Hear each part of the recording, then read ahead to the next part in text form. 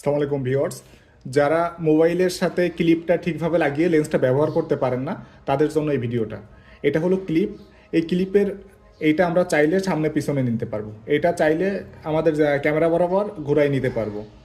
আমার হাতে থাকা ফোনটি Realme C75, এটা তিনটা ক্যামেরা দেখা গেলেও মূল ক্যামেরা উপরেরটা, সুতরাং আমরা একেবারে ক্লিপের ইয়েটা উপরে রাখবো। এটা যখন লাগাবো এই প্যাচটা খুলে নিব, তাইলে আমাদের ক্লিপটা লাগাইতে সুবিধা হবে।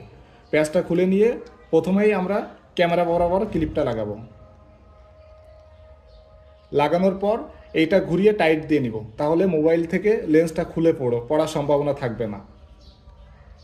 এটা লাগানোর পর আমরা মূল লেন্স এর উপরে একটা ক্যাপ থাকবে, এটা খুলে ফেলবো।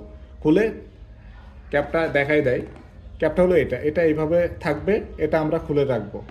রেখে এই লেন্সের এখানে প্যাচ আছে আর ক্লিপের এখানে প্যাচ আছে, শুধুমাত্র এভাবে লাগাইলেই হবে। আপনি চাইলে এটা শুধু হাতে ব্যবহার করতে পারবেন, চাইলে অ্যাপেলেক্স ব্র্যান্ডের সাথে যে ট্রাইপড আছে এটার সাথেও ব্যবহার করতে পারবেন। আমরা যেটার ছবি বা ভিডিও নিব সাবজেক্টের উপরে এই লেন্সের মাঝখানে ঘুরিয়ে ফোকাস দিতে পারবো। স্ক্রিনে যদি কোনো ধরনের ঝাপসা আসে আমরা চাইলে ফোনে 1-2x জুম বাড়াতে কমাতে পারবো, এটাতে পুরোটাই ক্লিয়ার আসবে।